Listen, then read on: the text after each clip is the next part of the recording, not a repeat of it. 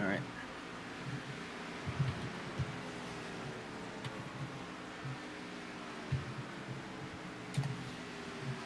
Oh no, Brandon Brown, dead.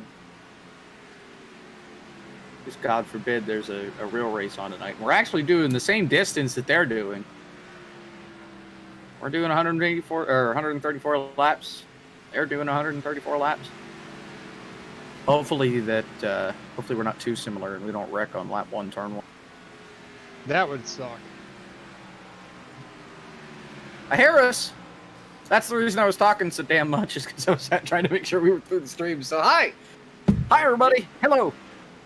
Welcome to a special presentation of the iRacing Stock Car Association here from Kentucky for the Speedway Angels 200 here at Kentucky. Jacob Hitz, Al Kozlowski here with you for the call as per usual. And Al, you know a little thing or two about this sponsor, so why don't you go ahead and tell us a little bit about it? Yes, I do. Speedway Angels is a nonprofit that was organized in 2012, and its main mission is to provide children with disabilities and their caregivers the opportunity to go to NASCAR races and do some special things in there that most fans wish they could do. These families get the opportunity to not only go to the race and watch a race, they also get the opportunity to go into the garage area and meet drivers, see what's going on with the pit crews, and get experiences such as that. On an occasion, if the child is able to, we offer the ability to do lap cars in the pace car. Obviously not while the race is going on, but pre-race. And it's an occasion to give these families the opportunity to experience the race at no cost to themselves. So it's a great organization. And obviously this year they haven't done much given the whole COVID situation, but we can expect to see great things from them next year, hopefully when the COVID's all gone and we're back to running regular schedules with the NASCAR. Absolutely, and such a great program that we get to represent here at Kentucky. Right now, for some reason, group qualifying is on at an oval. I feel like I'm in the twilight zone right now, and it's 2015 all over again. Caden Rush leads right now in the session. We're closing in on 20 seconds left, so these guys are almost out of time to set a flyer here and put themselves up on the board. We got a couple of guys that haven't even set a lap. Marty Walter, Donnie Gatton Jr., Cecil Keith, Clifton Cockrell, all choosing not to qualify. 6 seconds, 5 seconds. None of them are on the racetrack. And it looks like Caden Rush. He was in a rush to get to the pole, and he will get there. 28.945 puts him on top, and he will lead us to the green flag. Just moments from now, we'll have to do the pre-race ceremonies in the meantime, and we'll get to that sooner or later.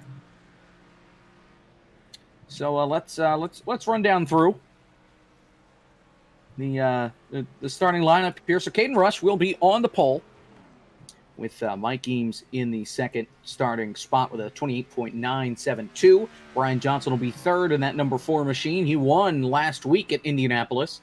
Right now with a 28.994. Andrew Melvin in the fourth starting spot. He will set a time of 29.041. Then fifth, Jay Felton in that number 8 machine with a 29.096. Starting in the sixth spot, 38, Kyle Feemster with a 29.132. Seventh will be Gregory Hectus in the 87 machine with a 29.157. Tyler Pluff in the 8th starting spot in the 21 car with a 29.180. Austin Bolke in the 25 with a 29.203. He starts 9th. And Michael Schuer rounds out the top 10 with a 29.209. Now it's time for the national anthem. Ladies and gentlemen, boys and girls of all ages. Oh, say, can't you see by the dawn's early light what so proudly we held at the twilight's last gleaming, whose broad stripes and bright stars through the perilous fight o'er the were so carelessly streaming, and the rockets regular, the bombs bursting in air, get through the night, that our flag was still there. Oh, say does that star-spangled banner yet wave o'er the land of the free and the home of the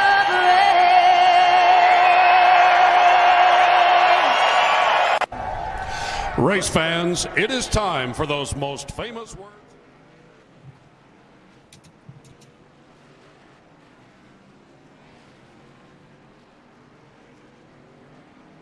Jacob, is this your first night race in Kentucky? Yeah. This is first time here under the lights, at least for me here at Kentucky, and you can probably see on the camera angles that we have here that this track is black outside from the racing track, outside from the racetrack itself. It's really weird. It's really stupid. This track is still semi-broken. Remember, it's new. In general, they've rescanned this racetrack before the coronavirus pandemic began, and now it is in the game. As we're coming to green here, we didn't get to run down through everybody, but we got to run down through a couple right now. Field coming through turns 3 and 4. Caden Rush and Mike Eames will lead us down to the green flag and get us underway. Here from Kentucky, pace car makes the hard left turn onto pit road. Field comes around turn number 4, getting ready to enter the restart zone. You'll notice, Jake, that most of these cars that are dark in color in general, this night race is going to make it very difficult for us to see their numbers, such as the number 3 of Mike Eames. Yeah, his number is pretty much invisible to us. Green flags in the air. Here comes Brian Johnson. Looking to the inside. He wants the lead in turn 1. Well, he came out like a rocket. Took off. That outside line is going to be a hard-pressed one. But anybody that can run that outside line against that wall and do it successfully, those are going to be the cars. Whoa! Johnson got one. He slides up the hill, almost into the wall. He is in the wall. He takes it. Big wreck off turn 4. Johnson's around. Tyler Pluff, Austin Bulkey, Munatsi Major. A huge wreck off turn 4. That took out a good chunk of another Johnson. Right, that's Chris Johnson. He's involved. The 27. Matthew Cisna, he's involved. Tyler Pluff, I talked about him. He's in it. The 7, Brian Tong, his car torn up. Ron Hollyfield involved. The big one on lap 1 at Kentucky. And that took out, I think, half the field. You can't run that top line, Jacob. Do not run that top line. Well, he had a choice. He got loose up on the high side, trying to get into the corner. And just couldn't hang on, and it's really slid up the racetrack, got up into the marbles, and that's what sent his car around. Let's take a look and see what happened coming off turn 4 to complete lap 1 before the entire field pretty much piled in. Johnson entered on the low line. Brian Johnson entered on the bottom, just couldn't hang on to it. Yeah, his rear got loose.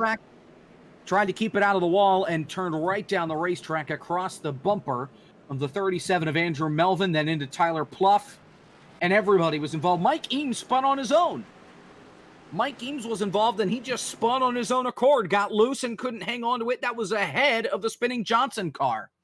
And I mean, everybody piled in. Curtis Valenzuela was involved. Mike Knight was involved. Stephen West, Cisna, Chris Johnson, Kenny Powell. More cars. David Gervais, he was on pit road. He was involved on pit road. They're all on pit road right now getting that damage fixed. More wrecking in the back of the field trying to avoid Matt Hornbuckle and the 17 of Kalabali. They were involved. At least a dozen cars involved in this lap 1 wreck. I have never seen that in my life. At least at this racetrack. Jacob, A these 12-car pileup. tires are hard to get a handle on for the first 3 laps. You've almost got to drive it with care. I mean, you want to watch your gas pedal on this. You do not want to come in hot. If your car is loose in any way, shape, or form, you will cause what we just seen. We've got people going to the junkyard. Chris Johnson, Brian Johnson, Andrew Melvin, all parking it. They are done for the afternoon. Brian Tong is sitting on pit road still. I think he needs to do everything inside that machine. I don't expect to see him back on the racetrack. It was smoking and steaming, and he just left. Took it to the garage. Brian Josh Tong Buckman out took it of to the this garage. Curtis Valenzuela sits on pit road right now. His car looks to be okay. He was involved. He will fall 1 lap down. Tyler Pluff was just able to get off pit road in time. A lot of other folks on pit road. That took out half the field here. Yeah, that's going to it's going to give Caden Rush and Kyle Feimster and Jay Felton a little bit of an advantage here because some of these other guys that were pretty fast during practice, as we've seen, they've just left. Top 8 right now have stayed out on the racetrack. So Jay Felton is your leader after the crash.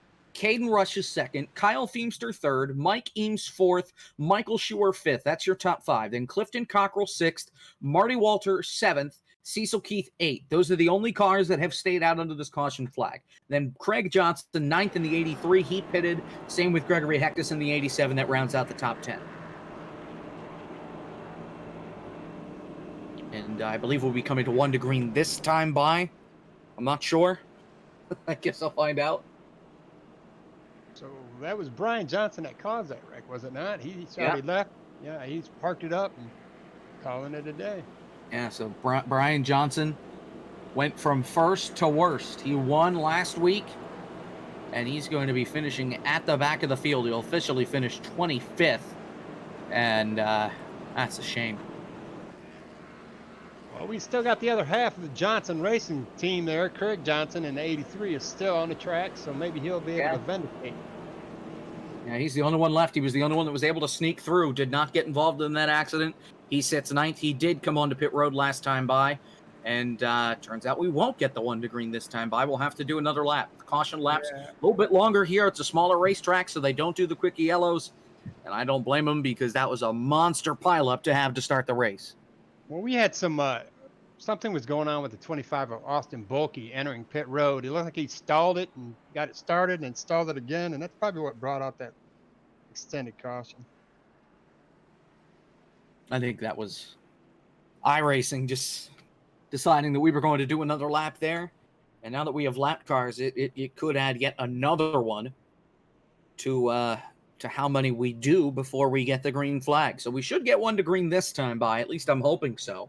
134 lap race. We're on lap 5 right now. 4 laps complete, and we have completed not even a full one under green. We have the teammates there, the Flying Arrows teammates, 25 of Austin Bulkey and the 82 of Manazzi Major. They both have some extensive damage, so I don't know if Flying Arrows are going to be flying too high tonight. Yeah, they were both involved in that lap 1 wreck. Let's see who one was involved up at the top of the racetrack. Another one collected down at the bottom towards pit road. The entire track was blocked there, Al, and nobody could make it through. Top, bottom, middle, every lane that you could have gone coming off turn 4 had a junked car in the way, and it was sliding towards another line. That's why so many cars were involved here.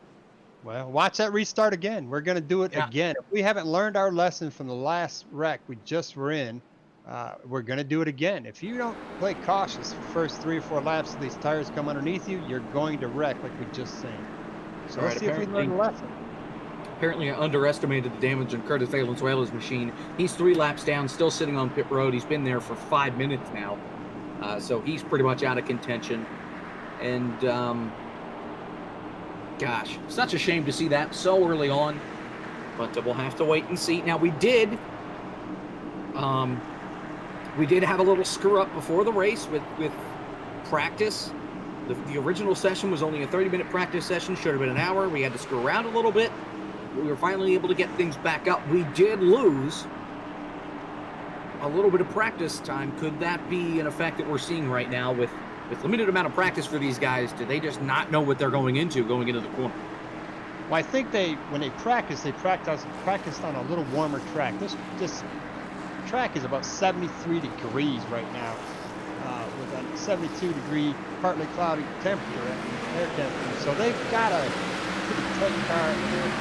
This is what's causing the effect. Well, you're right. They did at least practice with the sun still out. Green flag back in the air. Jay Felton gets away. Caden Rush slides into the second spot, and everybody's taking it easy this time through turn 1 and 2. Everybody single file back to the 7th spot right now. We learned a lesson. Now you'll notice 3 and 4 is going to be one where you'll see a little bit more wrecks as well, because that's one that's a little bit different of a turn than 1 and 2. So more folks get tighter and they push up towards the wall coming off of 4. So and Kyle Feemster will take second place away from Caden Rush. They're still battling for a second. Remember, they had a war of words back in Chicagoland a couple weeks ago. However, they were able to race each other just fine last week at Indianapolis. Yeah, you'll notice a lot of these drivers are going to try to keep their opponents to the high line if they can. Yep. Make them push their equipment so they wear it out. That can be backfiring on you, because if that driver on the high line hits that wall, they're going to come down on you. I just watched Clifton Cockrell bounce it off the wall off turn 4. He's got Cecil Keith underneath him, and he'll get by. Everybody pretty much single file throughout the top 10. Except the top 15. This is a long race to be already racing like this. I mean, we have got a long way to go. That's 134 laps total. These guys may want to calm it down. Oh, we got one on pit road, Matt Hornbuckle. He got too much damage last time he was out. He probably was pushing too much. And he decided to bring it to pit road. That wasn't even him getting loose. So he'll come on to pit road. We'll see what's up with him in a bit. Still a long race, Jake. They can come on to pit road, fix whatever damage they have, and go 2 laps down and still end up at the top 10 before the race is over. It's true. Have to see what strategy he decides to be on. Right now, 22 cars on the lead lap. 4 cars out of the race. Curtis Valenzuela still sitting on pit road. 8 minutes later and 8 laps down. Plus Hornbuckle, who's on pit road right now, and he's taking some extensive repairs to that machine. So he'll fall at least 2 laps down here, and it looks like Kyle Feemster closing in the gap between himself and the leader, Jay Felton. Just down to about 2 car lengths. Yeah, but if Kyle Feemster uses his equipment up and beats it up trying to get that lead, he's not going to hold it for long. You watch Caden Rush is playing a hide-and-go-seek game back there. He's taking care of his equipment, as well as Mike Eames in that 3 car is also taking care of his equipment. They're just waiting for, Jay Felton in the 8 and Kyle Feemster in the 38 to use up the material. And I'm surprised that Mike Eames decided to stay out on the racetrack. Remember, he spun. He spun on his own, coming off turn 4 on that opening lap, while Brian Johnson wrecked the field behind him. So his tires are not going to be on par with everybody else's around him. Yeah, but that was lap 1. I mean, we're not talking about that much. I mean, he might have took a couple millimeters off those tires, and it's not going to affect it that bad. 5th place, the first car that pitted. Gregory Hectus, he's moved all the way up. Inside of Easter, fighting for the lead. He'll get him on his turn because Jay Felton will lift. If they go into this, they will lift. If you get inside of somebody, they will lift. Otherwise, they'll hit the wall. So Kyle Feemster goes to the lead. He will lead his first laps on the night. With now 13 laps complete, coming to 14 laps complete. Yeah, Jacob, the key to a successful pass here is getting your nose to the inside of the car in front of you. If you can do that and the driver is respectful, he will back off and let you have that position because he does not want to go into the wall. Yeah. Everybody's pretty strung out at this point now. Battle for 4th. Mike Eames, Gregory Hectus. Here comes Hectus peeking to the inside. Not quite there. Well, maybe. Gets the better run on the high side. And I'll hang on to that spot for right now. Their tires are coming to them right now, so you'll start to see more aggressive movement here. I do expect to see Caden Rush try to get that second place from Jay Felton because he does know that Jay had used his tires up on Kyle Feenstra. As you can see, Caden Rush is right up to his bumper, and he's going to get the inside. That's a perfect pass. And Jay Felton will lift because, again, his tires are not there. Well, maybe Rush is hanging down on the bottom. Felton with the better run on the high side. They'll stay side by side, coming to start finish. And now I'm back headed for turn one, still side by side. Rush with a little bit of an edge, and he's able to clear for the second spot. So Caden Rush to P2.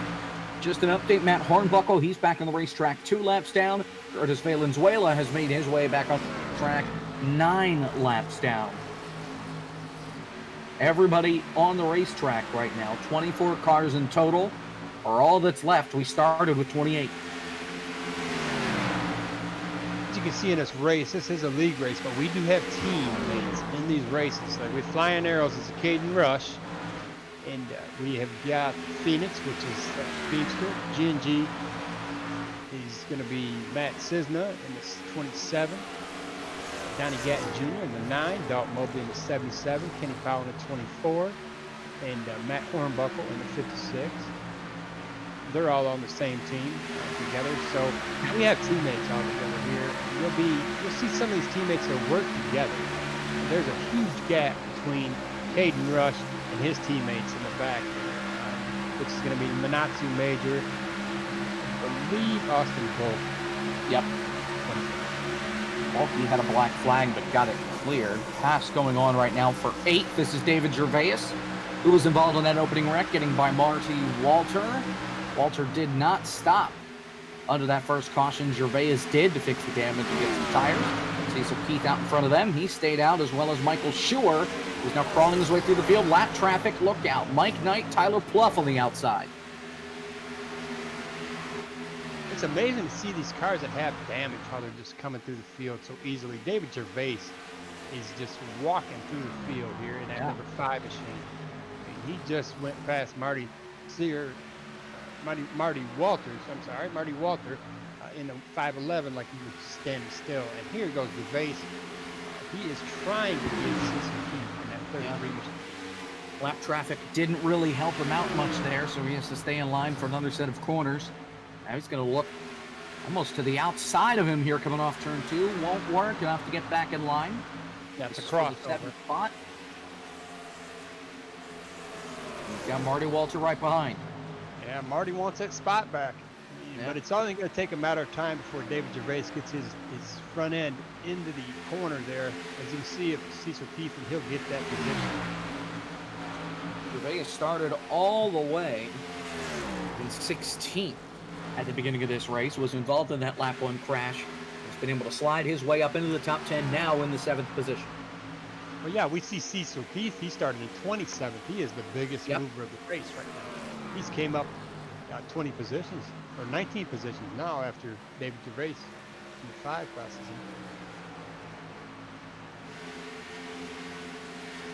Gregory Hectus, Michael Schuer battling for the 5th spot. Now let's watch and see how Michael Eames in that 3 car, how he slowly closes in on that 3rd position of Jay Felton, because he also knew as he was running that Jay Felton was running hard up there with Kyle Feenstra.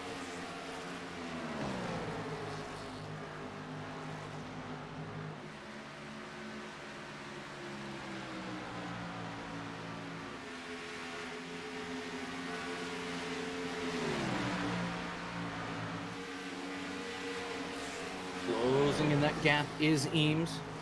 On Felton, meanwhile, Feemster's checked out to over a 2nd lead over Caden Rush.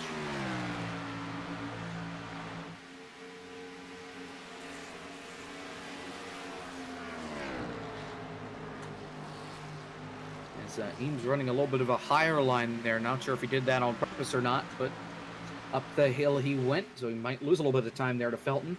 Battle for 5th still going on between Hectus and Michael Schuer. Hectus on newer tires. Schuer stayed out under that first caution on the older tires, and you can see it right there in the middle of turn 2. Schuer slid up the racetrack because he just didn't have the grip there on the bottom that Hectus had. starting to see with Eames now as well, as he's entering a little higher than I think he wants to be.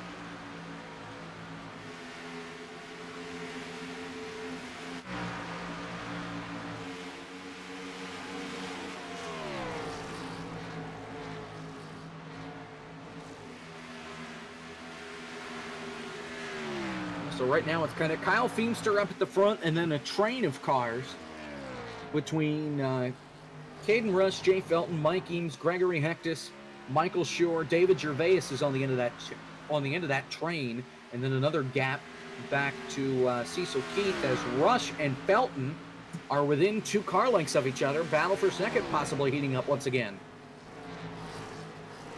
Yeah, Kyle Feemster in that 38 has just ran away from the field. He has almost got a whole 2-second lead in front of second place. I mean, he just came past the lap car there like lap car was in reverse. And it doesn't, I'm watching Kyle Feemster in that 38 machine. It looks like it is stuck to the track. I don't see any wobbling. I don't see any loss of control or anything. So he may not have hurt his tires as much as I thought he would.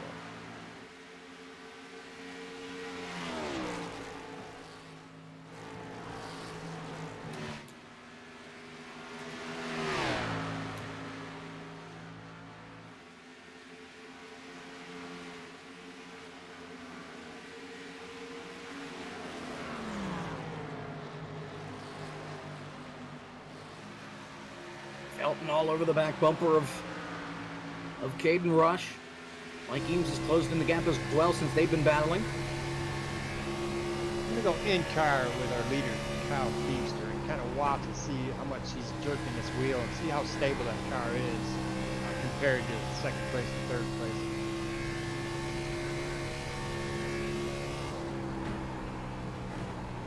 He's got a little seesawing on that wheel, but he is... Jay Felton to second. Makes the pass. Caden Rush fell to third, kind of gave him the spot going into turn number 3.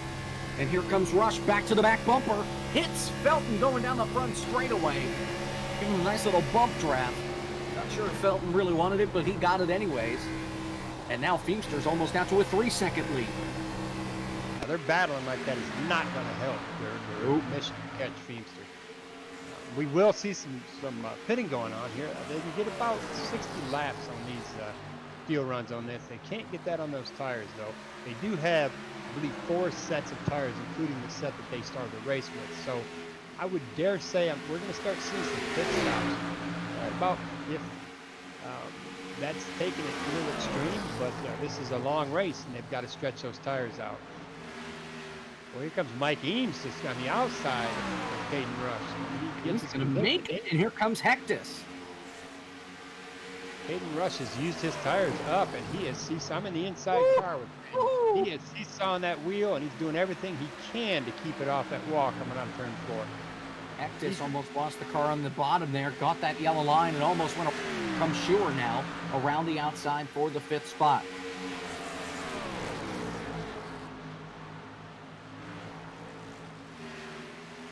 And Hectus slid up the racetrack, almost got into Sure. Still side by side.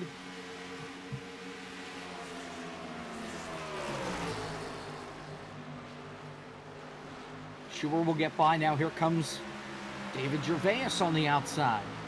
And it looks like he might be able to get by Hectus as well, and he will by start finish. So Gregory Hectus pitted.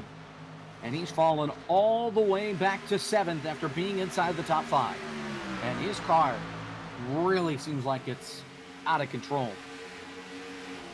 Looks like David Gervais is going to pass the 75 of Michael Shearer here in a minute. He's trying everything he can to find a top line, bottom line. He's trying everywhere he can. He better calm it down, otherwise he's going to find a wall. Yeah.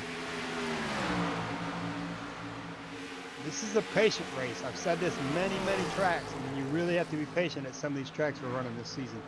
Yeah. You don't want to use up your equipment. If you use up your equipment, it'll show you the penalty. It looks like Eames is pulling away from Rush and everybody else. Gervais and Sure all over each other for the 5th spot right now, and Caden Rush is right there in their lap as well. Yeah, you're going to see a wreck here with these 3. Caden Rush, Michael Shearer, and David Gervais. they're getting a little impatient. It looks like Caden Rush is holding them up.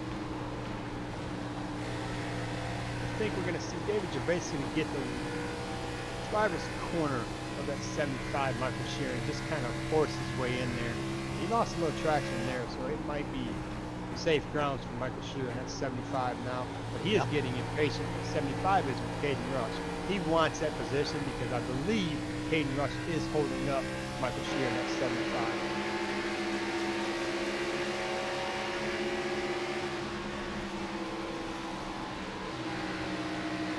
He's not trying to run the outside line, just trying to find something different to get by. At 75 of Michael Shearer, problem is it's not really working out. So this top line's not going to work out. If you think it is, when you do that, you're sadly mistaken. You will end up in a hole. Gervais hooked it to the bottom to try and get by Shearer because Shearer had set up the racetrack a little bit, so Gervais tried to hook it to the bottom. He lost a lot of time, and now here comes Hectus to the bottom. Hectus has got a lap car up there that's going to block him. That's Hornbucket that's up there in the way. Gervais is able to get by. Shearer has the pass on the outside, and looks like Gervais will take the same route as will Hectus. At least he'll try to. You see David Gervais is closing in that gap between him and the 75 of Michael Shearer. He is going to take that position no matter what Michael Shearer does. He's going to get that inside line and kind of force Michael to back off of that gas pedal. Otherwise, they'll both wreck each other.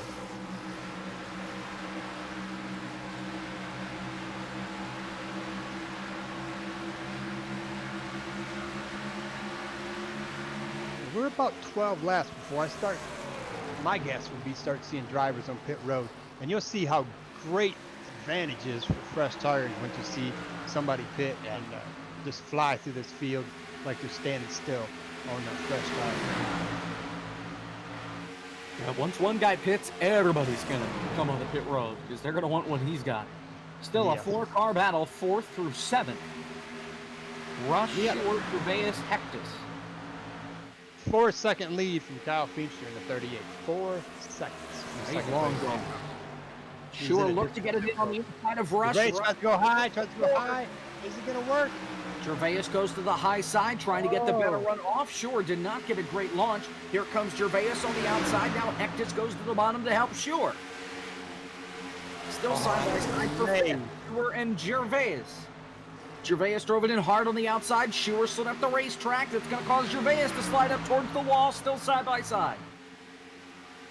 I said if somebody can ride that high line, they're going to prevail. But if they cannot, if the car is not set up like that, they will not prevail. Now Shearer's going to give them both spots just to get out of the way. And here comes Gervais trying to get underneath Caden Rush, and he does it. Right there on his corner. And now Rush, it looks like Rush has some better straightaway speed. We'll see if Gervais can get him in one.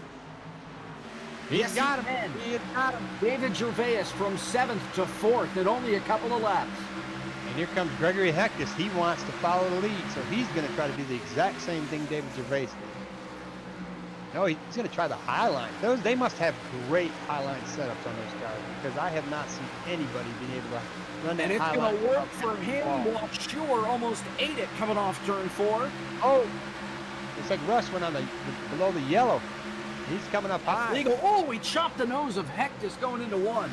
That was close, and Hectus is all over the back bumper of that 15 car. That's going to cause a little bit of angerness here for Gregory Hectus. He's going to show Caden Rush that's only going to happen once. Next time you do that, you're going to go into a wall. Rush slides up the racetrack big time, almost hits the wall coming off turn 4. Hectus with a great run on the high side. He's going to try and work it again here in turn 1. He's got the lane. Hectus is putting the pressure on him. Either Gregory's going to give it to him or Gregory's going to clear him. That's their philosophy. Hectus to 5th. And here comes Shearer now looking on for 6th. Rush takes the low line. Everybody's taking the high line. It might work for Shearer here.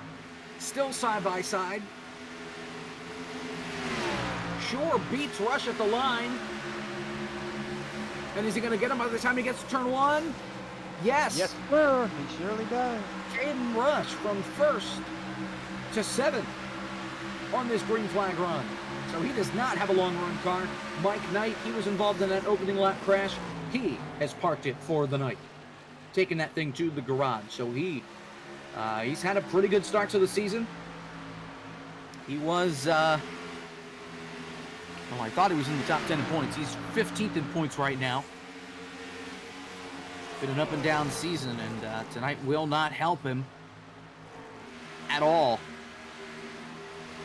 And with Brian Johnson crashing out, that's going to help Jay Felton and Mike Eames try and take that second spot away from Johnson, considering Caden Rush is the points leader right now. So Johnson's going to lose time to Rush in the points, or lose points to Rush, but that's going to allow Felton and Eames to try and take over that second spot.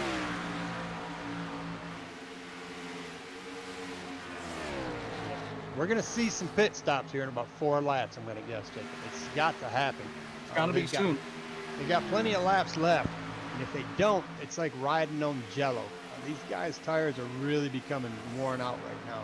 When you've got about 40 to 50% tire left, and if you ever watch one of these guys blow a tire, you'll see in the New York Minute how fast they hit that wall. And it's similar to the real Cup cars. When you watch them blow a tire on TV, they just veer right into the wall. Yeah. 5.5 second lead for Kyle Feemster over Jay Felton. And, Feemster took the lead, and he hasn't looked back. Yeah, if I was Kyle Feemster, I would pit with that lap 50. I would definitely pit because I have a comfortable cushion. I have almost 6 seconds that second place has to get to me. And he'll probably have to pit again for tires then before the end of the race. They could be trying to make it to lap 65 or so, make it another 15 laps, and then pit. So they only have to pit once. I don't know how long their fuel will last here. And I think it's going to be pushing it to get tires to last that long. But if we see a caution at any point, I think we're going to see people come on a pit road. Oh, every one of them will come on pit road. Not one single driver is going to be foolish enough to stay out there. Yeah. They will eat them alive. But they've only got roughly about 10 to 12 laps left of fuel. And so if they take it to the right max of the fuel level at 60 laps, I would be amazed. Yeah. Some of them may be saving. You may see some of the drivers in the back of the field here. Matt Cisna in the 9th position, Marty Walters, in the 5'11" and 10th. They may be just, buying their time. Donnie Gatton Jr., we haven't talked much about Donnie tonight, but he's just patiently just back there. He may be saving his tires and his fuel. And he may be on a fuel strategy, because I don't believe he was caught up in that wreck.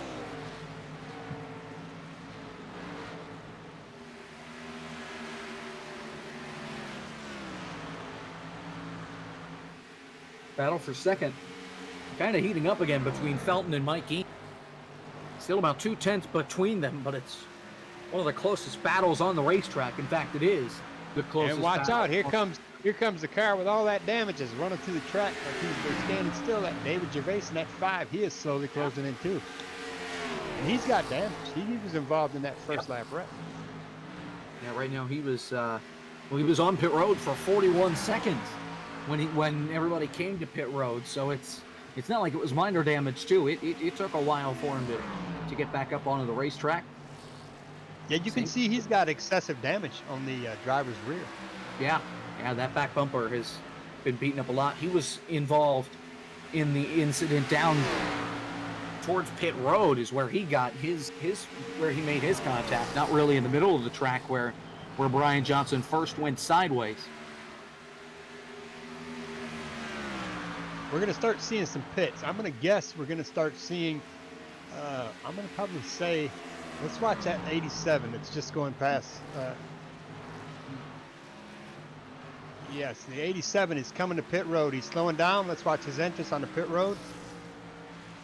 Tell you what, I didn't even notice that Kenny Powell fell 2 laps down. I didn't realize that a lot of these guys were laps down. Monansi Major, James Colabali, Dalton Mobley, Kenny Powell, all 2 laps down. Hornbuckle's 3 laps down. Stephen West, Austin Bulkey, 1 lap down.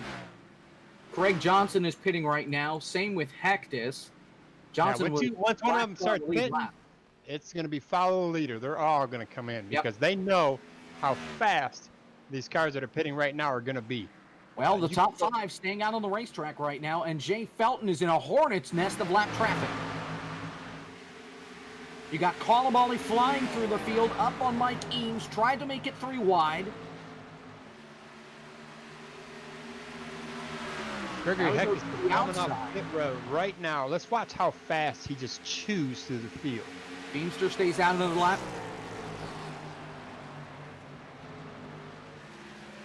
Top 3 stays out another lap.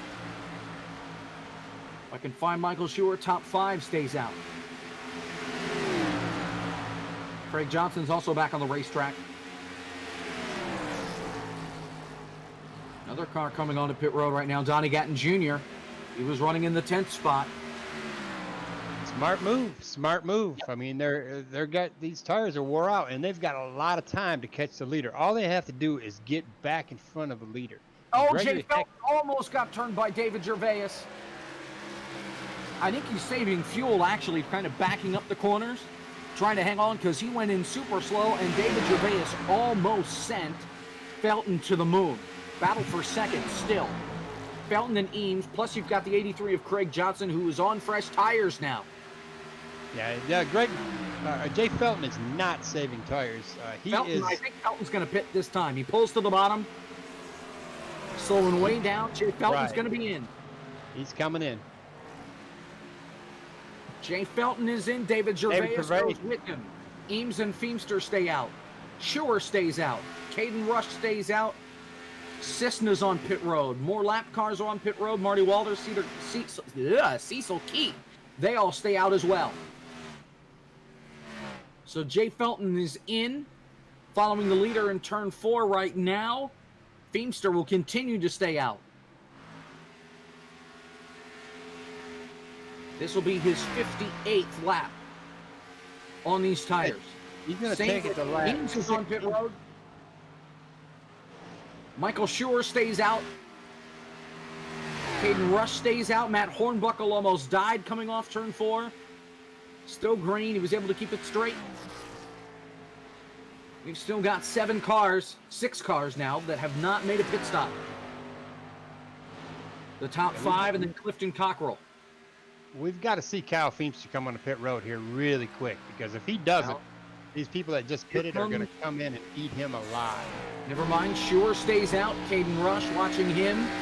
He stays out. Cecil Keith. Marty Walter, they're side by side. They're both staying out. So the top 5 staying out. Clifton Cockrell, he's in a mess right now. He'll stay out. He's got Jay Felton and David Gervais trying to pass them both. Feimster's in. Yeah, I was going to say, and as the rest of the cars are going to follow Feimster's lead.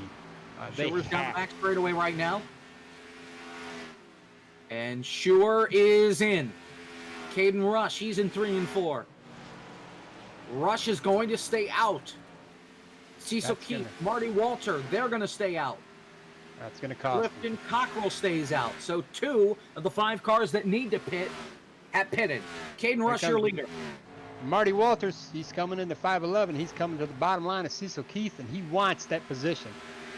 Either that or he's going to pit this time by.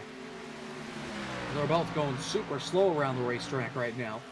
And here comes the 3 of Michael Eames. He's on fresh tires. That's 3 wide. 3 wide he took that to take that. Caden Rush stays out. Cecil Keith up by the wall. Marty Walter down at the track. We go Ron Hollyfield. You'll see him pitting this time by. Schuer's off pit road now. And you're right, Hollyfield is in. He's making his first stop of the day. Cockrell staying out. The top 4 have yet to pit. Caden Rush, Cecil Keith, Marty Walter, Clifton Cockrell. They're going to run out of gas to keep that up. There's not a single way. They weren't saving gas. They were abusing it. Here comes Mike Eames. He's trying to make it 3 wide here with the leader.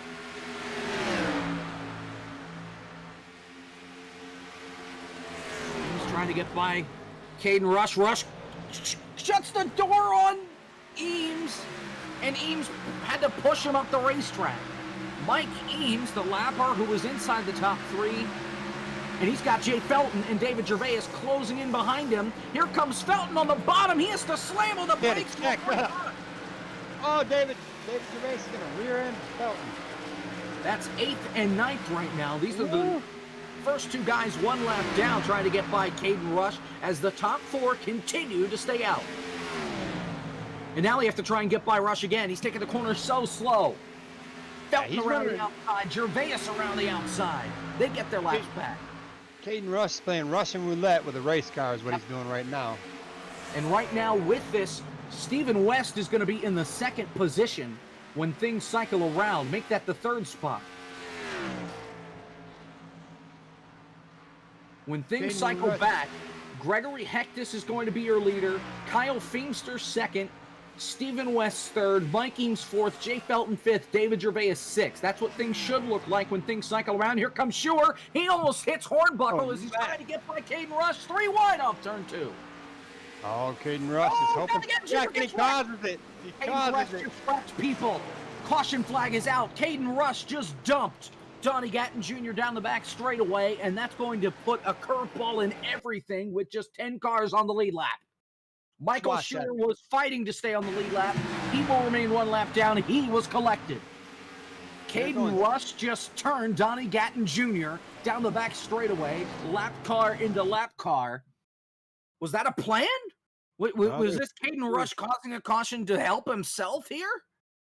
I don't know. We're 3 wide here. Let's check this out. Let's not jump to a conclusion. Let's see. Well, and it looks like, looking at the replay, that Gatton Jr. comes down the racetrack into Caden Rush. Rush held his line. And Gatton had plenty of room up by the wall as well, just kept coming down. So I don't know. I think that's on the 9 car. That's on Donnie Gatton Jr. And his car all torn up. Jacob, I disagree with that because I watched the line. If you watch from the blimp mode and you go and you put yourself on Caden Rush and you watch this, it looks like the 9 is up against the wall, and you watch that line that's running right through the center of Caden Rush. And you watch how Caden Rush, he kind of goes to the right and he keeps going high. And that's when he catches the rear. He catches the rear of Donnie Gatton. If you look at TV2, this is straight coming down the back straightaway. It looks like, yes, Caden Rush does come up the racetrack a little, but if you watch where Donnie Gatton Jr. exits the corner on the racetrack compared to where he is by the time he makes contact, he's come down about a quarter of a car length from the wall from where he exited turn number 2. He still had room up towards the wall. He came back down the racetrack coming off turn 2, and that's what led to the contact. I don't put that on Caden Rush at all. I think that's more of a racing deal than anything, though. Right. I see what you're talking about. I'm watching the seam in the track with Caden Rush here, and it kind of does look like Donnie Gatton. He came down. I can't foresee his spotter telling him he's clear, but that just took it out. There is a line coming off of turn 2 down the back stretch. It's not a seam or anything. It almost looks like it's part of the lane that's up almost half a lane off the wall. And that's what I was looking at to judge Gatton Jr. And it looked like that Gatton Jr. came down off of that line just a little bit. So right now, after all of this, Marty Walter's your race leader. Huh? We're going to have a lot of cars getting the wave around here. Marty Walter's your race leader. Then Cecil Keith, Kyle Feemster, Stephen West, Matthew Cisna, your top 5. Caden Rush is 6th. Mike Eames 7th, Jay Felton 8th, David Gervais 9th, Gregory Hectus in 10th. He just came off pit road. Meanwhile, a lot of the lap cars are on pit road right now. Hollyfield, Cockrell, Mobley, Bulkey, Valenzuela will get the wave around in about 2 laps.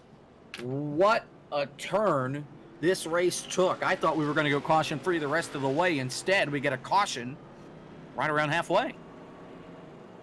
Well, inadvertently, Caden Rush has made a new friend on the racetrack because everybody's going to blame Caden for that. Donnie Gatton Jr., I'm sure, is not very happy with Caden. This will be the second time that he's had an issue on the track. But Caden, I don't believe is at fault. Now, does Caden have enough damage to prevent him from winning this race? I say no. If you look at that front end, he's barely got a crinkle in it. So the damage is minimal. So he stands a great chance to get up there, and he is going to be 5 laps fresher tires. That could be a good thing. That could be a bad thing. We've seen what happens on fresh tires here on these restarts. These other drivers have got about 5 or 6 or 7 or more laps on their tires. They're not going to be so squirrely loose in turn 1 as we'll see Caden Rush being. Well, right now, looking at the stint numbers right now, based on what everybody came in, everybody came onto pit road except for Matthew Cisna. And if Cisna did, he took fuel only. He did not take tires. I guess, according to what he didn't need tires. Matt Cisna had pitted already. All he needed was fuel. So he may be thinking, others took tires. Well, he may be thinking that his tires can last him, 60 plus laps, and he's going to be fine. He might have older tires than everybody else.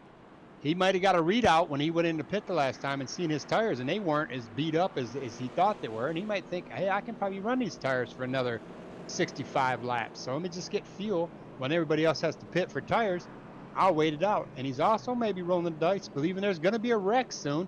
And it's going to, the position he's in right now is better than being back there in the center of the field.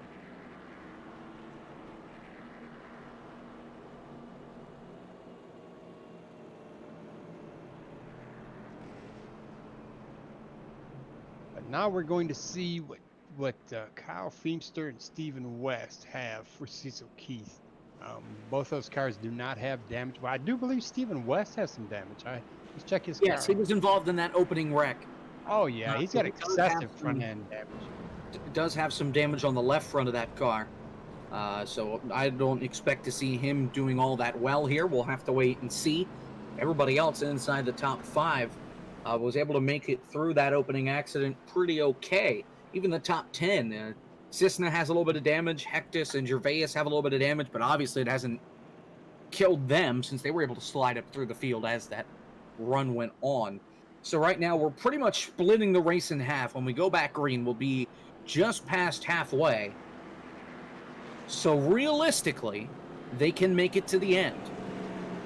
Right? Yes, on field, they can make it on the end. On tires, I would not want to press my luck. Yep. But you're going to have drivers that are going to do that.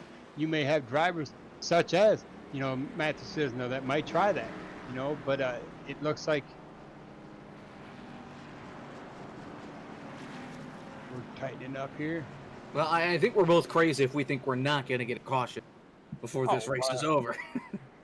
I'm not going to say we're not. I would be shocked if we don't. Yeah.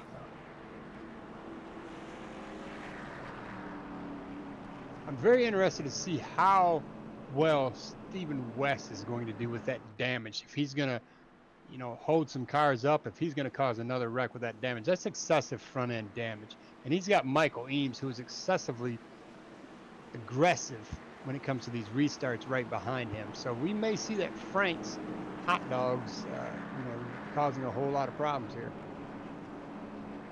Let's keep a close eye on that 74 because we also have lap cars up here. We do have Cecil Keith up in this mix. Mm-hmm. So let's see what happens. Pace cars coming through turns 3 and 4 right now. Marty Walter, Cecil Keith will lead us back down to the restart. A couple of names that have not been up towards the front except for when the caution came out and it changed the strategy up. Green flags back in the air. They're wide in the back, and Cecil Keith was asleep at the wheel. Kyle Feemster getting a shove from Caden Rush as they head to turn 1. And Caden Rush went high. He cut the nose off. Oh, 3 wide. Mike Eames stuck in the middle in the sucker hole. He gets to the bottom after Jay Felton got by him, and Felton gets by Stephen West. He went from 9th to 5th in 1 lap, 1 corner even.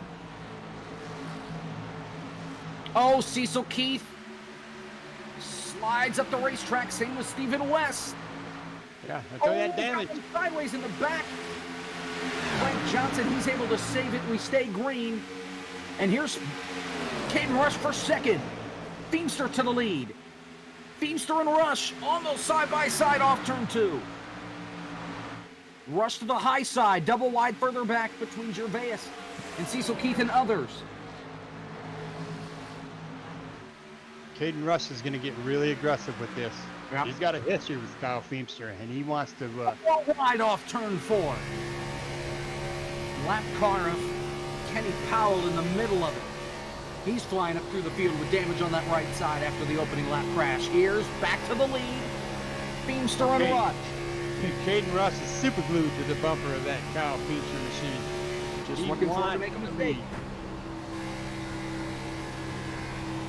Both enter a little high off the bottom of the racetrack, off the bottom line. And they're going to stay dead even coming to the line.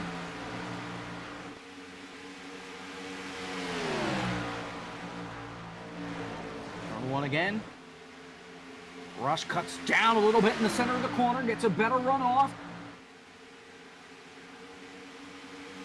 And as you can see, they're entering turn 3 at 185 miles an hour, and they slow that machine down to about 165. They do not use any brakes. They're just relieving the gas a little bit there. At least not now.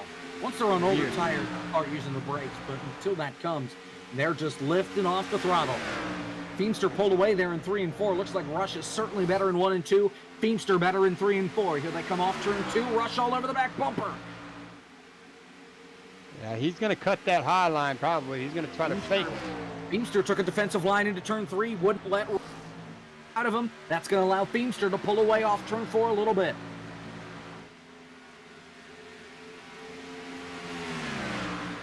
I don't know. Do you think these guys are going to keep, or you think they're going to make it while racing like this, or do you think something's going to go wrong in some? I do not foresee a problem with Kyle Feimster on the 38 machine. What I see is Caden Rush is using his material up, trying to get past Kyle Feimster, and that's going to give Jay Feltman and obviously David Gervais in that 5 machine an opportunity to get up here. Now, Caden Rush did not do so hot there in turn 4, slid up the racetrack, lost a little bit of time. Gap is down to 2/10. Or up to 2/10. Rush is trying to use all of the track and even some of the parking lot to try to get around Kyle Feimster. He is wanting past him bad. I think right now he wouldn't complain if a meteorite came down and hit Kyle Feimster's car, give him an advantage. But Feimster's been able to keep the car clean.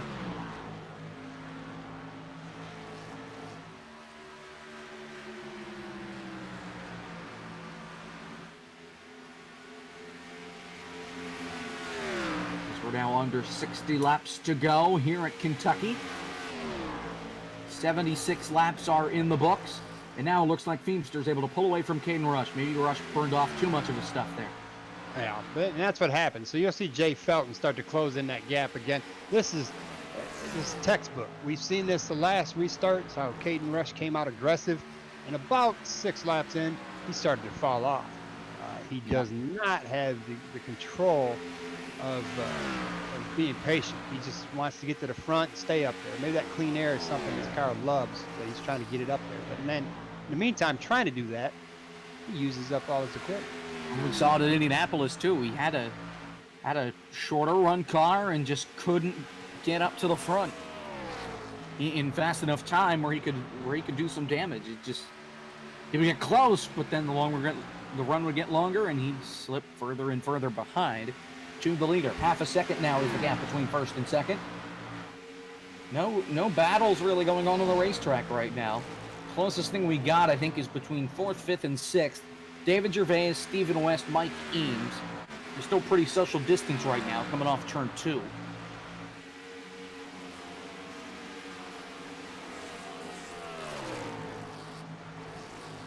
Yeah, we've only got 12 cars on the lead lap at this race at this present moment.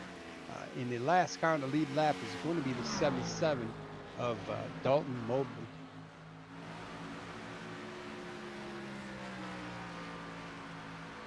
And Mobley in that 12th spot. Michael Schur is the first car in line to get the free pass. He got trapped a lap down because of that last caution, where he got hooked by Donnie Gatton Jr. after contact between him and Caden Rush. Otherwise, he would have been either back on the lead lap or the free pass, because he was the first car 1 lap down when that crash happened. 7th and 8th battle. Marty Walter, Gregory Hectus.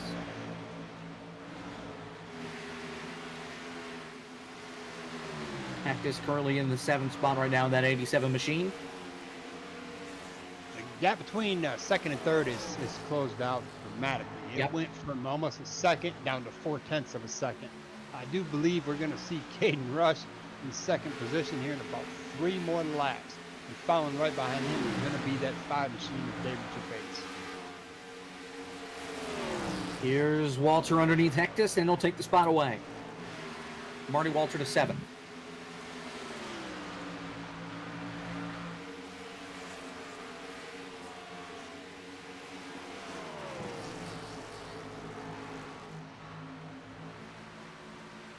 Caden Rush could just get his car to handle on that high line. That's where a lot of these drivers are passing him. I mean, they've got a high line car set up. Jake Felton is coming, boy. Let's see, he's going to try the high line or the low line. I think he's just going to try and get to the bottom here of Rush. It'll certainly be easier for him to do it. Oh, he's going to try the high line. He's going to try the high line. Rush slides up. They almost make contact.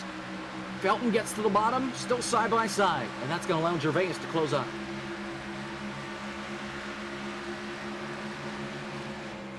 Oh, Gervais needs to stay behind Felton. He should have stayed behind Felton. He could have rode that train right through there and got past. It could have been a 2-for-1, but he didn't do it. Gervais down the back straightaway.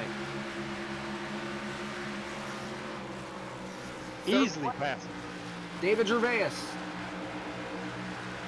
That's going to open the door. Michael Eames is going to do the same thing to Caden Rush. Caden Rush used up his material early. Yep. He still has a long way to go. Yeah, right now we're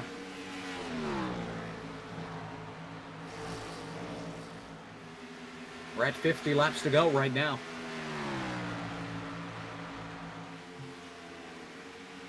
Looks like Donnie Gatton Jr. took his car to the garage. After being involved in that most recent accident, he's decided to park it. He was missing the front bumper to that thing, so I don't blame him. Gap between Feimster and Felton, 2 seconds right now. You've got to maintain a minimum speed on this track, otherwise you will get a black flag and it's off the garage park.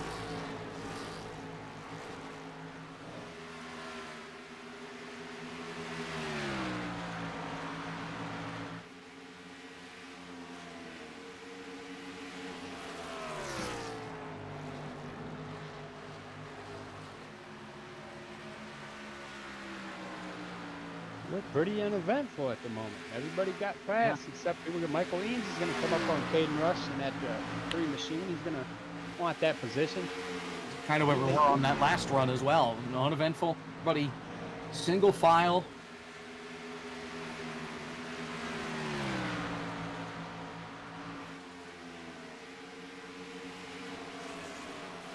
Two of the battle right now, 10th and 11th. Ron Hollyfield, Matthew Cisna. They're back here with some lap traffic.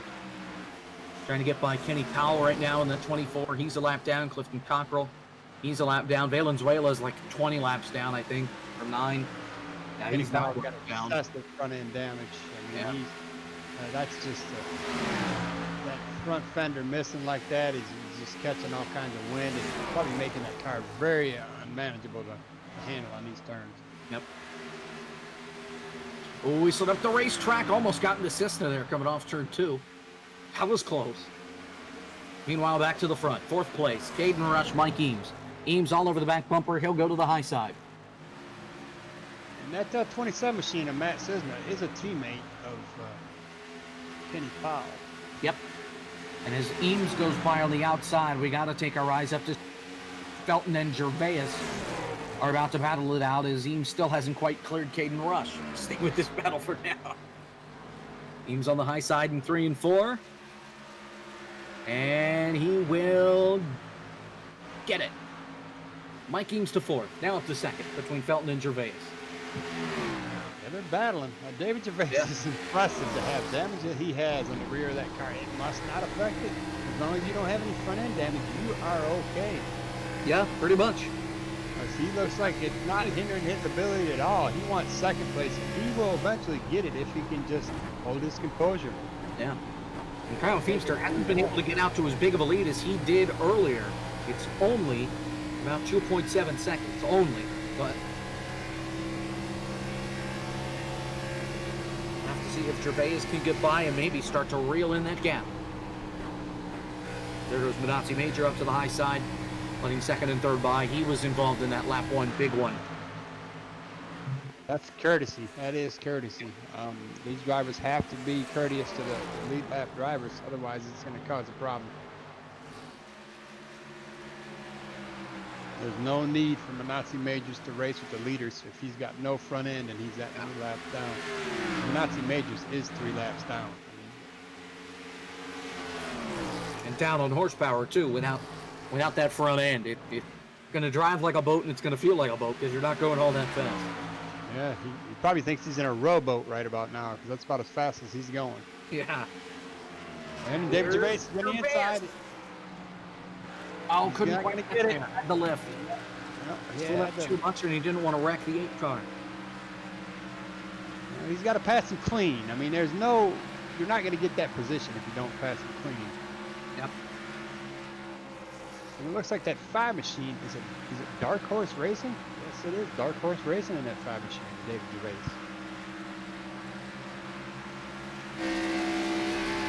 Now Gervais has to spend some time and try and close in that gap again between himself and Felton. The gap is 3 seconds between Felton and the leader, Kyle Feimster. Yeah, if these guys battle for second and third like they are, that allows Feimster the opportunity to pull away. If they would just get in line with each other, and you can somewhat draft here. There's not a huge drafting benefit to this track, but they can at least start closing in a little bit of that gap. Yeah.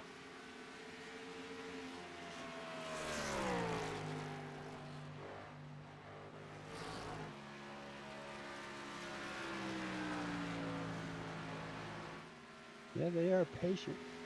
Yep. This time by 40 laps to go.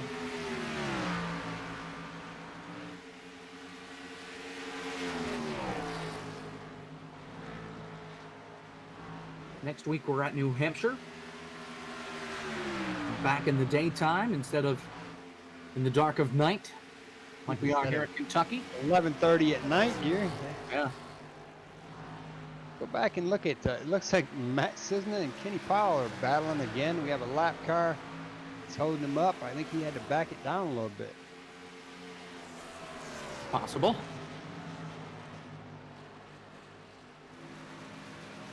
Ectus Stephen West, this is for 6th.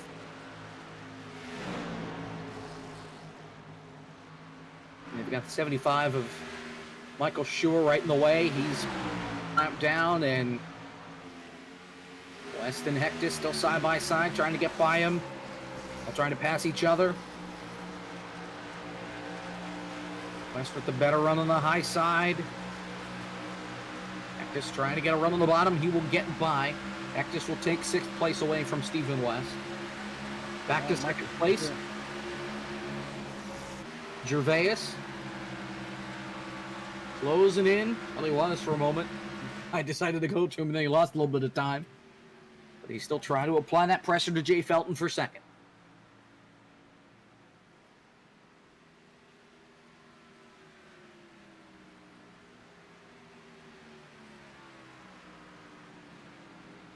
Kyle Feimster won at Pocono,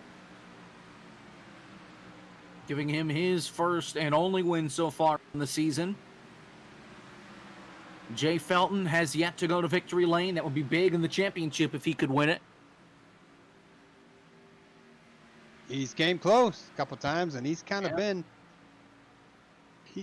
the evil of his own ways. I mean, he's caused his own issues. David Gervais, he's down in 28th in the points, so he wouldn't complain about getting a win. But they're 3.5 seconds behind Feimster right now. And Feimster has pretty much been unbeatable. Even on that restart, it didn't take him very long for him to get to the front. Here comes Feimster. No, Gervais. Underneath, he's going to slide up, almost hit Felton.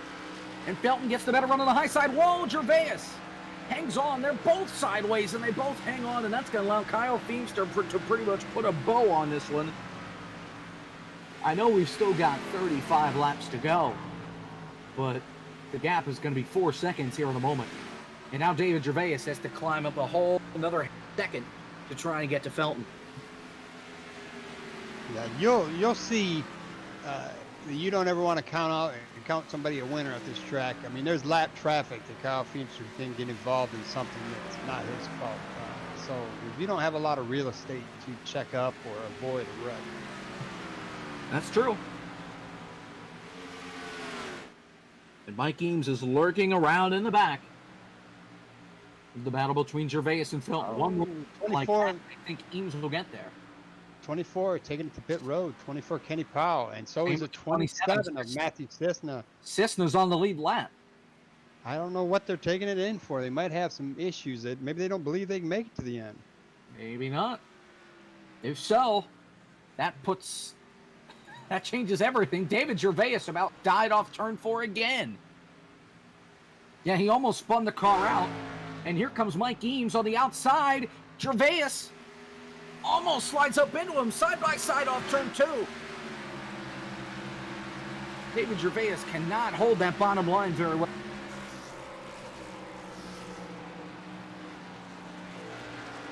Eames on the top. It's going to allow Felton to pull away to Mars right now. Full side by side. Felton can now clear him. We've seen this with Caden Rush. So Caden Rush used his equipment up, and look at him now. He is in, 12th. He's a lap down. He might have back. Still side by side.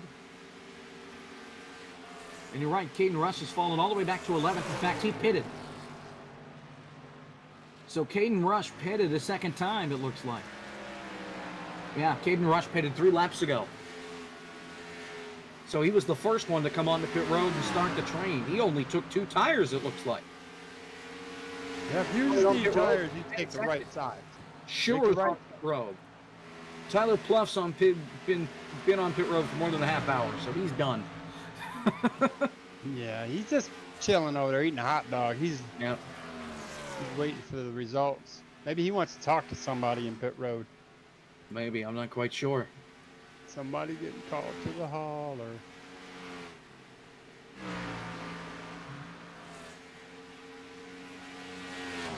Most everybody else staying out right now. But Caden Rush in the 11th position. 1 lap down, first car lap down. On 5 lap old tires. I gotta think that some of these leaders are gonna think about pitting here. Just because they know that Caden Rush is out there on newer. Yeah, but does he have enough time? Because not only does he have to Well, it pass shouldn't the matter. leader- I'll take 20 lap old tires instead of 60 lap old tires at the end. Yeah. But if we have a caution coming out. Stephen West is in. Everybody else staying out for now.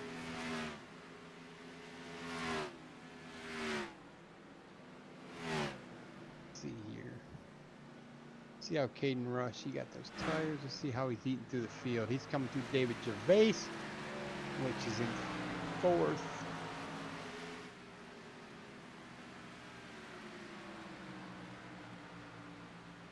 So he is roughly about 5 seconds behind the leader, and he just comes past David Gervais, so he can get back on the lead lap here in a matter of, he's running through the field fast. He'll be back. The problem is the longer that he's out there, if Feemster and Felton and everybody else decides to pit, he's going to be eaten up alive when they do come. So pitting early is great until everybody else pits. Then you're in trouble.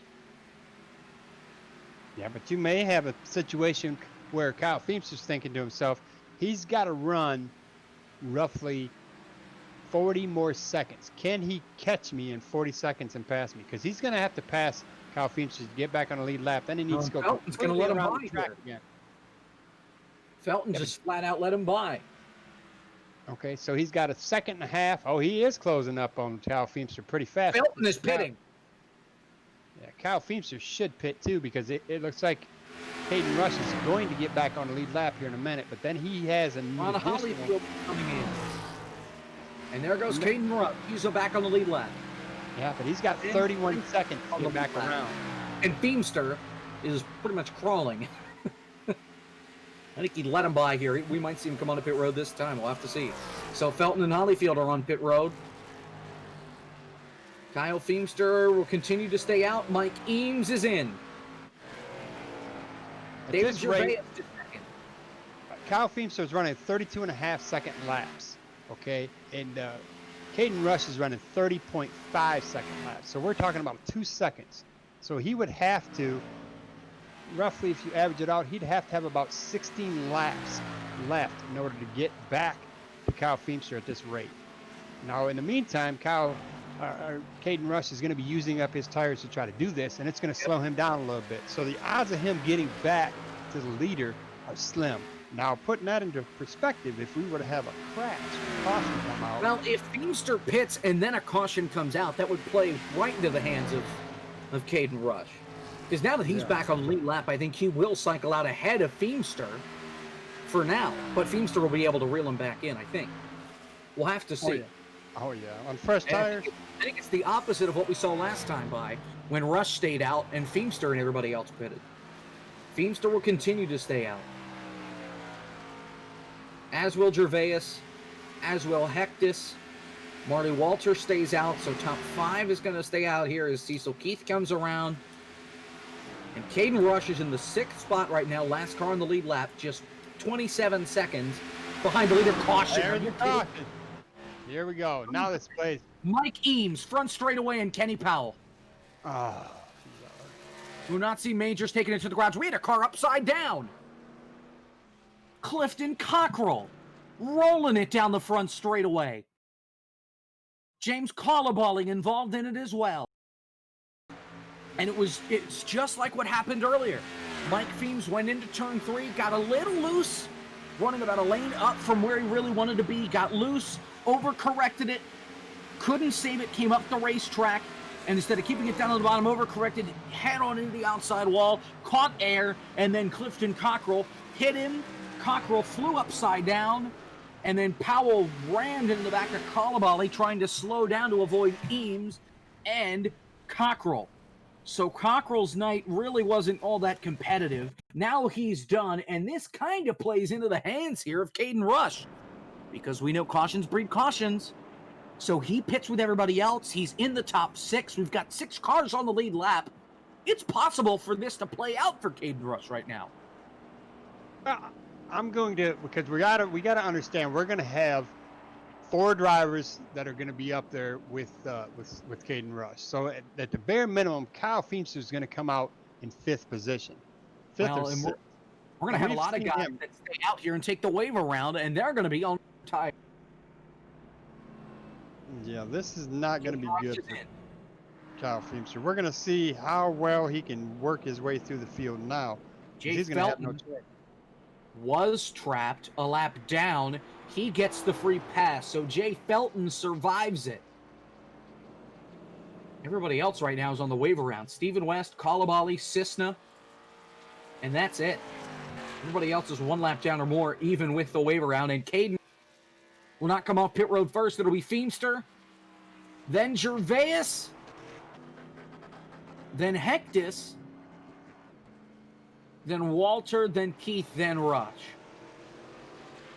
So if I'm Jay Felton, I've got roughly, 15 laps on my tires? I'm probably going to get on the lead lap. He's got 5. Felton has 5 laps on his tires, but he can pit. He can pit because he is on the lead lap now. So far, he's staying out on the racetrack. Stephen West, who'll get the wave around, he's on 7-lap-old tires. James Colaballi's apparently on 48-lap-old tires, so he hasn't pitted. Matthew Cisna's on 12-lap-old tires. He was the first one to pit, but he's back on the lead lap as of now. He'll get the wave around. Unless he decides to pit here. He shouldn't pit. If he'd be smart if he stayed out. No, yeah, because what do we have, 12 laps left of this race? Colaballi's coming in. He has damage, though, crash. And Curtis Valenzuela, who's 8 laps down, about to be 9 laps down again, he'll come onto pit road. So Colaballi will not get the free pass, or will not get the wave around. Cisna and West will. So we'll have 9 cars on the lead lap for the restart. And Hectus will be in second. David Gervais sped. We're not going to see a wave around here. David Gervais biffed it on pit road and got a penalty. I was wondering why Hectus passed him. David Gervais sped on pit road and had to let everybody by. David Gervais is going to have to start from the back. That's not going to be good. So he went from 2nd to 7th. So we're going to have Rush, Felton, and Gervais all at the back of this. Hectus, Walter, and Keith, 2nd, 3rd, 4th. I think this is a gift for the leader, Kyle Feemster, right now with just 20 laps to go. Mike Eames has parked the car. He's done for the night. We've got to cycle through here. I don't know who's on the lead. Is Kyle Feemster still in the lead? Feemster is in the lead, then Hectus, Marty Walter in 3rd, Cecil Keith 4th, Caden Rush your top 5, Jay Felton 6th, David Gervais 7th, Stephen West 8th, Matthew Cisna 9th. Those are all the cars left on the lead lap. Cisna and West will wave around here when they get to green. Everybody else is going to have to fall back behind the leaders. Or no, everybody else in front of the leaders will also get a wave around, but they'll only be they'll be 1 lap down or more. Matt Hornbuckle comes onto pit road. And lights are out on the pace. They're not out on the pace car. They were. They are not. So we'll have to do another lap, and we'll have a restart with about 13 laps to go. So I missed it. Not Did 13. Caden That's Rush wrong. pit? Let's try 17. Did Caden Rush pit? Yes. Okay. Yeah, That's everybody that was on the lead lap pitted, except for Jay Felton and West and Cisna, who are going to get the wave around. Everybody else pitted. So your top 6 are on new tires. Jay Felton's on 4-lap older tires, 5-lap older. West is on 7-lap older tires. Cisna's on about 11-lap older tires compared to those that just pitted.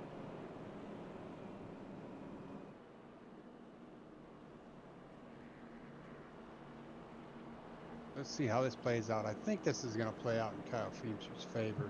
That's what I'm thinking too, especially with the cars that are lined up right behind him. Hectus, Walter, and Keith. They haven't really been the fastest cars on the racetrack here, but we'll have to see. And we'll see if they can make it without another caution.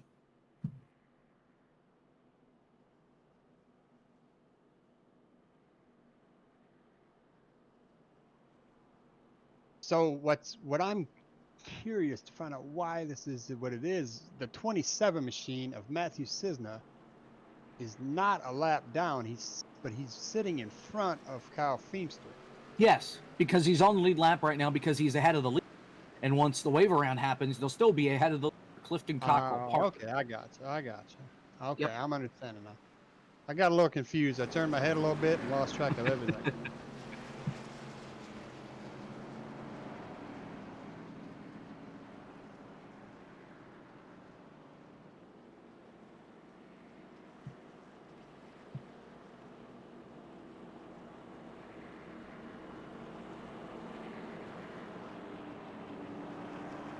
One lap to green.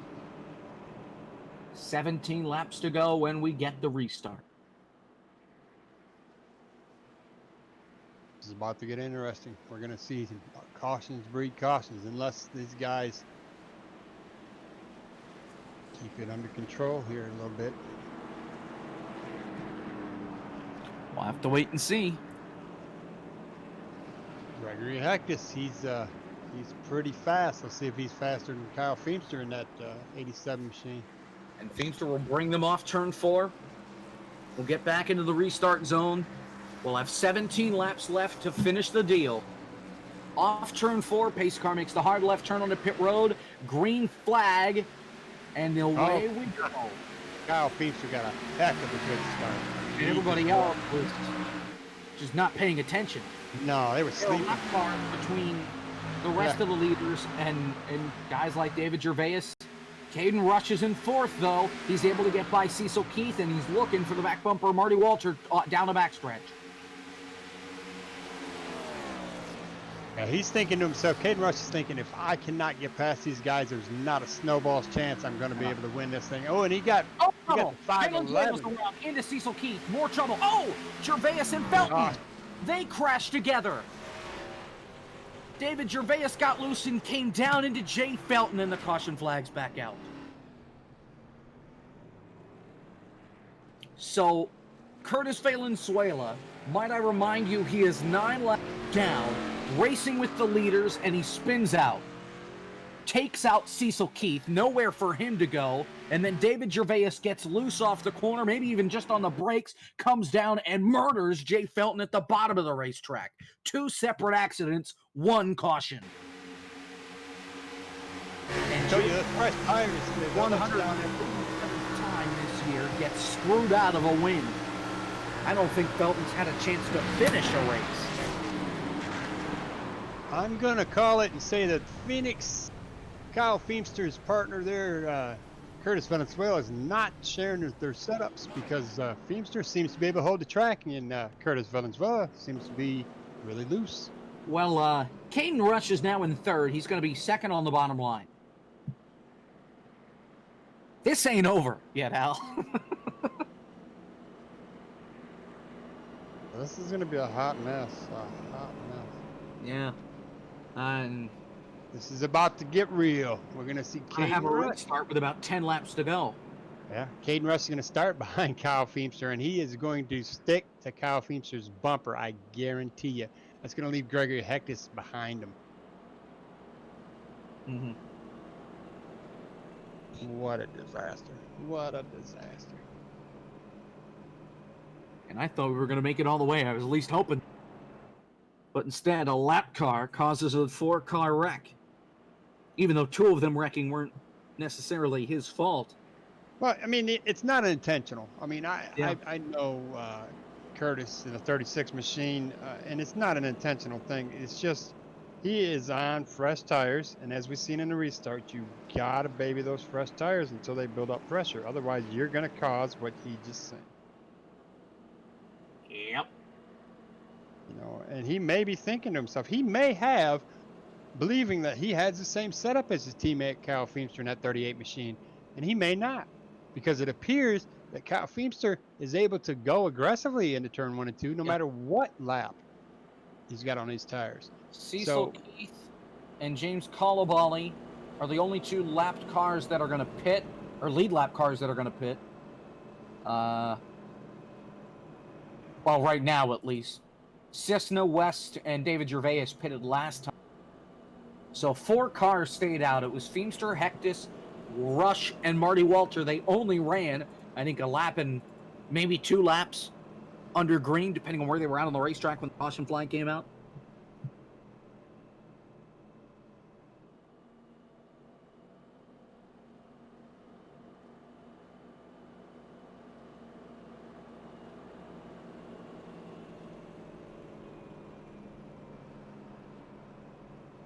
Again, next week, we're at New Hampshire. Probably one of the worst racetracks on the schedule. These guys do. But New Hampshire's probably my least favorite racetrack to go to out of all of them. So we'll see how it goes, but I'm not very optimistic.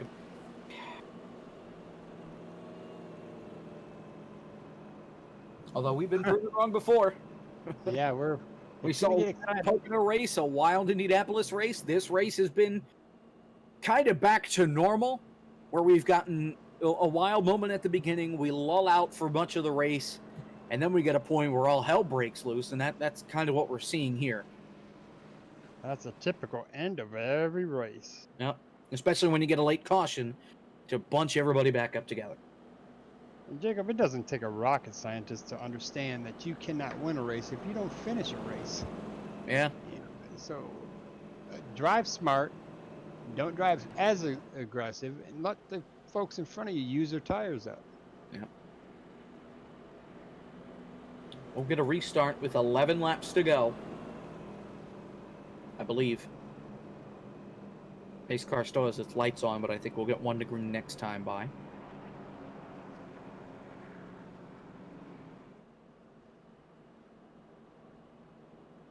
Caden Rush is your points leader. Jay Felton was 3rd. And Mike Eames was 4th. Everybody in the top 5 in points, not named Caden Rush, has crashed tonight. Brian Johnson was the start of that lap 1 pileup. Jay Felton crashed, got taken out by David Gervais. Mike Eames was involved in the wreck before this. Michael Schur, he was involved in that wreck with Donnie Gatton Jr. When Caden Rush and Gatton Jr. made contact, at least Rush doesn't have any damage. I mean, Unbelievable. Jay Felton is 2 laps down, so he's rolling, but his car is hurt. And as for David Gervais, he sits 7th on the racetrack right now on the lead lap. Feimster, 8th in points, already has a win. Gregory Hectus in 2nd. He won back at, I believe, Sonoma. He sits 9th right now in points. Stephen West is still running. He's in 5th. He's 7th in points. Clifton Cockrell died in that last wreck. Rolled. He's out of the race. He was 6th in points. Andrew Melvin was 10th in points. He was in that opening accident. Same with Brian Tong. He's 11th. Craig Johnson's 1 lap down in 11th. He's 12th in points. Jeff Hollingsworth didn't even bother showing up for this race.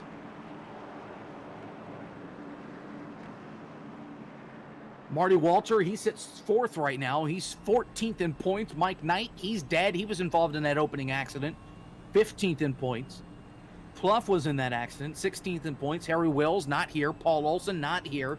Cecil Keith, his car's toast. He's 19th. James Colawali, he's been all over the place, involved in at least 2 accidents. 20th in points. And then there's Kenny Powell. He's been involved in 2 accidents. 21st in points. It has been a bad day for anybody on the racetrack that hasn't been consistently leading like Kyle Feimster and Caden Rush. Oh, it's not over. It's Coming to green with 11 laps to go.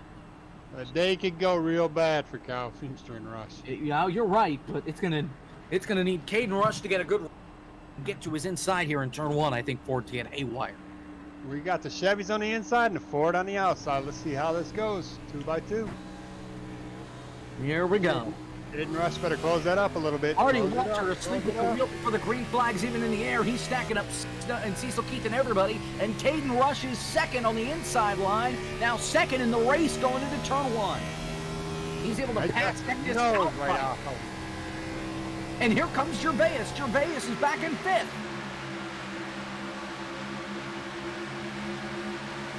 Oh yeah, he's gonna give him. This is his classics. This is what Kyle Feimster wants. He wants Caden Rush on his And back line. bumper like that. He Eating was it. using it earlier, and Rush is all over him. Oh, Feimster got loose. Gets back in control of it. Here comes Caden Rush on the outside. Now gets back in line. 10 laps to go. Still on that outside.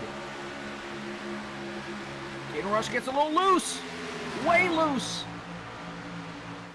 It's going to cost him. He'll have to get back in line and fend off Hectus in turn 3.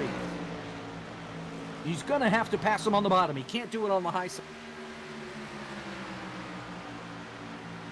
Almost caught the wall. 9 more to go here at Kentucky. Kyle Feimster trying to pull away. Hectus all over the back bumper of Caden Rush, just waiting for a mistake so he can pounce. Stephen West dipsy doodles up the racetrack, and David Gervais is going to slide and hang on. Cisna up the middle, gains 2 spots in a straightaway. What a save by David Gervais. Back to the front. 3-car battle, win 8 to go. This is going to be a great one, Jake. Oh, here he goes in the Here inside. comes Caden inside. For the lead, slides up the racetrack a little bit. Feimster trying to get the outside to work, and he gets it. Hangs on, able to clear him off turn 2. Down into 3. Rush has to fall back a little bit. Rush gets a heck of a good run coming off 3 and 4. 7 laps to go.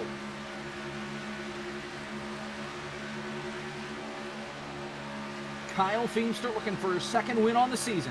Whoa, Hectus caught the apron. He slides up the racetrack. He'll lose a 10th or so. And David Gervais is back with Cisna and West in the back for 4th on back. It's a Hornet's nest back there. Easy for you to say. Yeah, well, you ain't kidding. 6 more. Rush better make a move here. He's going to make a move. He's got to, otherwise. Yeah. I think he's too far back, though, Al, to make a move. Yeah, he doesn't have any pushing power. Yep. Feimster's just been pretty much perfect all night. He made 1 mistake, and even then he was able to get by him back on the outside. Feimster seems to be good everywhere on this racetrack, no matter where he enters. 5 laps to go, this time by David Gervais back in the 5th spot. Matthew Cisna in 4th. Cisna trying to get his first top 5 on the year.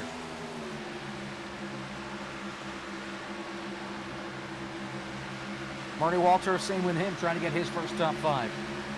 Gervais, same thing, trying to get their first top 5. So, other than Feimster and Rush, who have won a race, 3rd, 4th, and 5th, well, not Hectus. Hectus has won as well.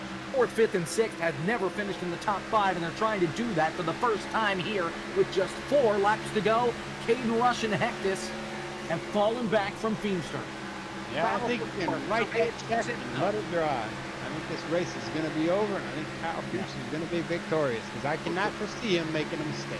But they're not done racing behind him. Cisna and Gervais for 4th. Almost make contact going into... Marty Walter just kind of hanging back and waiting for him to wreck. Stephen West comes up to his back bumper. Kirk Johnson's a lap down, otherwise he would be up there in contention as well. 3 laps to go. Gervais on the bottom. Cisna on the outside. Here comes West on the outside of Marty Walter. He'll take that spot away. Still side by side. Not over yet. Between Cisna and Gervais. That was a close contact. That's going to push Cisna way up the racetrack. Cisna keeps his foot in it. 2 laps to go. And here comes Stephen West, going to make it 3 wide on the outside, too far back. And Cisna cut his nose right off, boy. Cisna's still fighting hard on that outside for 4. Gervais not able to clear Stephen West, giving Cisna the help. They're coming to the white flag this time. Feimster has a 7/10, almost 8/10 of a second lead. I don't think anybody's going to get to him. White flag in the wind at Kentucky for Kyle Feimster. Cisna got cleared by Gervais. Here comes West on the bottom, trying to prevent Cisna from getting his first top 5 in his career. And he almost got by Gervais as well. Gervais had to pinch him off turn 2. This is not going to end well if these guys Battling don't for calm it 5th down. on back. Marty Walters is there as well. Through 3 and 4. Coming to the checkered flag. This is for 4th on back. Meanwhile, Kyle Feimster wins and Cisna hits the wall. He collects Shure into the wall, goes Hornbuckle, crashing to the line Daytona style, and Kyle Feimster will win at Kentucky. Michael Shure involved in another crash, Hornbuckle in it. And for Matthew Cisna, so close to a top 5, instead winds up with another junked race car and a 9th place finish. Didn't even cross the line. He'll stay 1 lap down in the 9th spot. Kalabali 8th. Let's run down through the list, shall we? Kyle Feimster's your winner. Caden Rush 2nd. Gregory Hectus 3rd. David Gervais comes back to finish 4th. Stephen West gets a top 5. His 2nd on the season. Then it's Marty Walter 6th. His, well, not really his first top 5 since he didn't finish in the top 5. Cecil Keith 7th. James Kalabali 8th. 9th, Matthew Cisna. He did cross the line. And then rounding out the top 10, 1 lap down, Kirk Johnson in the 83.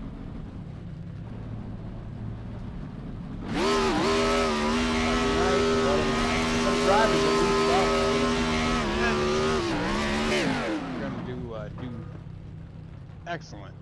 We're taking out lap 1. Yeah. Like I said, it took out about half the field.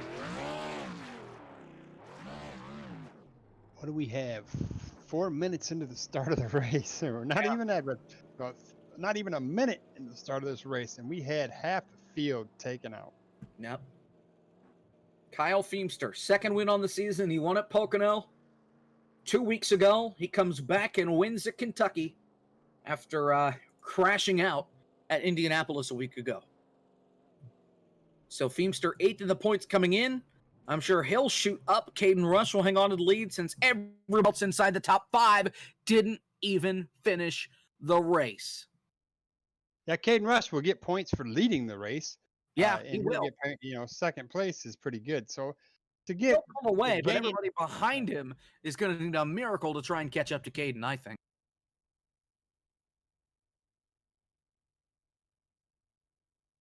been a miracle night, that's for certain. It was a tremendous race. Tremendous.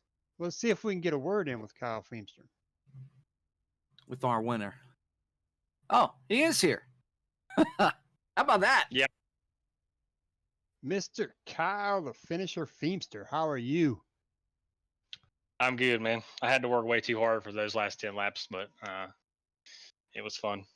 Well, from my seat, I was seeing that you were patiently letting Caden Rush use his equipment up. To be honest, Al, I was giving it all I had. I was driving it a little subtle 3, 4, and that would kind of hurt me there in the tri-oval coming into one when he got inside of me. And once that happened, I just drove it as hard as I could, and just luckily had a great car. Thanks to Curtis and Eric and the guys over at Phoenix Team Sport. We appreciate all the hard work. So. Yeah, did you have speaking of some of your teammates, did they have the same setup as you? Because it looked like you had a better car than your teammate. Yeah, Curtis got involved in that lap 1 incident from what I'm aware of. He was in a different lobby than me with his spotter. But yeah, we had the same car. He actually did. We kind of had the base set up, and he did a lot of work through the night while I was sleeping to get the wrong run speed there. We didn't have good short run speed. I would say it was decent, but the long run speed was definitely there, especially on the cooler track. I think I was surprised at how fast it was, to be honest. Yeah, that was quite a cool track from practice. I mean, what did you think of that? What the race was going to hold for you once that 40 seconds into the beginning of the race incident happened? I mean, it kind of sucked, because I really wanted to see what we had this week. We kind of missed last week. We just had tremendous long run speed and had no short run speed, and it really hurt me there in the race. And then I made a mistake and got into the 77 and took both of us out, which wasn't my plan. But we knew this week if we could sacrifice even a tenth or two of long run speed, the short run speed would be worth it, just to not put me in a position to where I'm having to pass cars late. So we were all running the same stuff, a lot of man hours. We're not just building sets for the league, even though we appreciate G&G and Kenny and everybody putting on the races. We're building to win A Opens and ISs. I finished second in the second split last night. Should have won the race without cautions. Just didn't have a short run car, like I said. Well, you came out victorious tonight and did it by long shots. At one point, you were almost 5 seconds in front of second place. So I think you landed on something that seems to be a winning setup. Yeah, we hit it this week. We could have missed next week. That's the beauty part of this league. You get into A Opens, and it's kind of the same teams, especially in the upper splits, just dominating, and that's what we're trying to get at. So, good race all in all. You are on to something, and then congratulations on your win. It was very pleasant to watch. We had a few cautions in there, and you ended up avoiding all them. So you did a great job. Thank you, sir. Appreciate it. There you have it, your winner, Kyle Feemster. Second win on the season, first repeat winner on the season. Final thoughts here, Al, before we wrap things up. I'm kind of sad to see Kentucky go. And next week is going to be one of those shows that is probably going to be a wreck fest. So let's look forward to next week. It's going to be a long night. Everybody come and watch because it's going to be very exciting. Something like that. It's New Hampshire. My hopes aren't too high, but we'll see how it goes. So that wraps up our coverage here from Kentucky. Kyle Feemster getting the win. This has been a broadcast of the iRacing Stock Car Association, ISCA. Thanks to Rob Melnick for running the show for us for tonight. No technical issues. You love to see it. For Al Kozlowski here on the booth with me, I'm Jacob Hitz. Thanks so much for being here. We'll see you next week at New Hampshire.